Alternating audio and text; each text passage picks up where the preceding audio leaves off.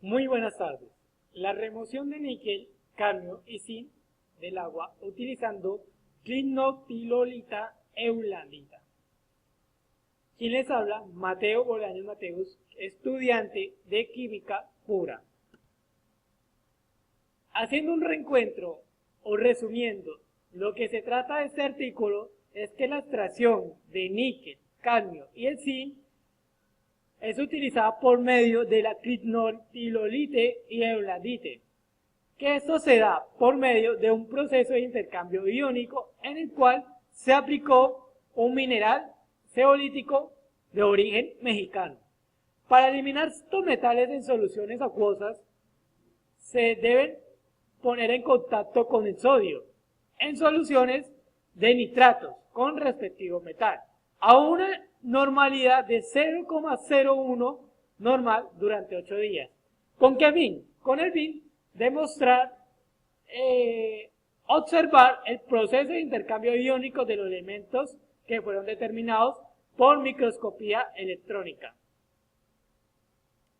La composición de ese mineral se identificó que fue una mezcla de clinoptilolita y eulandita del material zeolítico mexicano.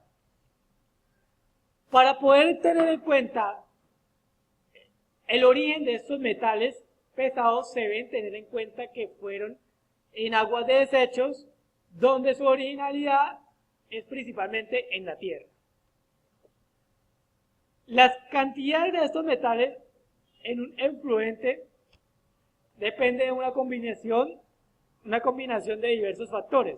Primero, la localización geográfica, las plantas de tratamiento de agua, de desecho, el tipo de sistema alcantarillado y la presencia o ausencia de descargas domésticas industriales. Se debe tener en cuenta principales fuentes de metales pesados. El cadmio, la fuente de él es la galvanoplastia e industria de recubrimientos metálicos. El 33% de cadmio es utilizado en el mundo, en este tipo de área. El cobre es muy utilizado en la electrónica de galvanoplastia, bronceado u otras aleaciones. El plomo se da en las baterías, pigmentos y soldaduras. El níquel, al igual que el zinc, se utiliza en aleaciones galvanoplastia. Para poder remover o estabilizar estos metales, se debe tener en cuenta que primero, se encuentra en aguas de desecho. Para poder hacer esa remoción se debe tener en cuenta los siguientes procesos o los siguientes tratamientos: la neutralización, la precipitación química, la absorción de carbono activado, osmosis inversa, técnicas de flotación, la evaporación, segmentación, intercambio iónico, recuperación electrónica de metales, etc.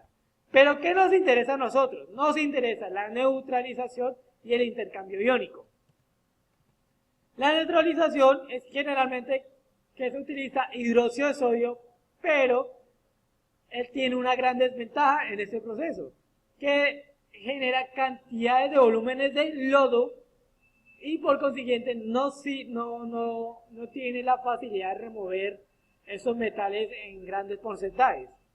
Y lo otro es que este tipo de procedimiento es muy costoso. En cambio, que el intercambio iónico se lleva a cabo la reducción de volumen concentrado en los contaminantes, lo que implica que tiene una mayor cantidad de remoción de estos metales.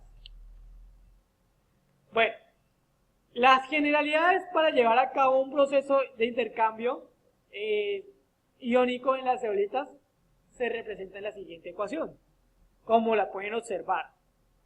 Bueno, donde ZA y ZB son los cationes de A y B, son las cargas de los cationes, y los sufijos Z, sufijo, y S, sufijo, son las soluciones o las zeolitas que son representadas. Son las zeolitas respectivamente o las soluciones. El intercambio iónico de las zeolitas depende.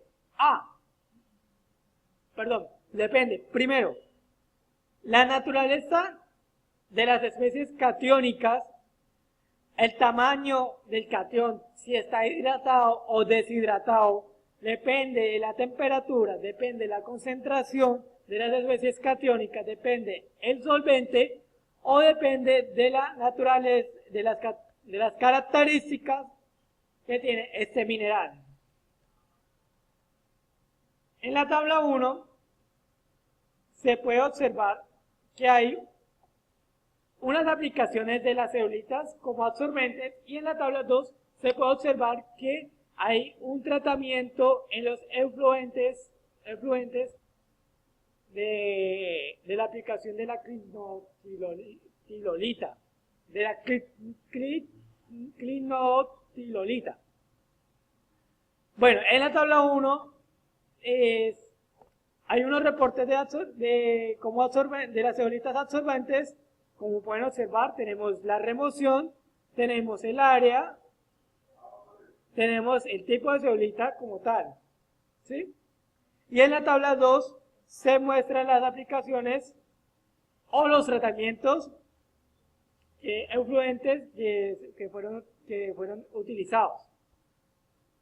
Las 5 zeolitas o los depósitos, las 5 zeolitas más comunes son la anclime, la clinotolilolita, eulandita, la aumontita y fitsita. Son las 5 zeolitas más importantes como tal.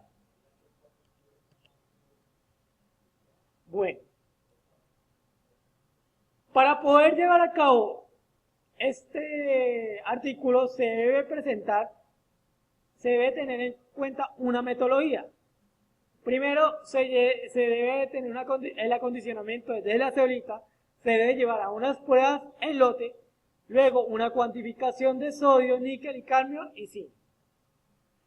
El acondicionamiento de la zeolita es en el cual se molió en un mortero y se tamizó se molió en mineral y se tamizó para utilizar el grano de una malla de 12.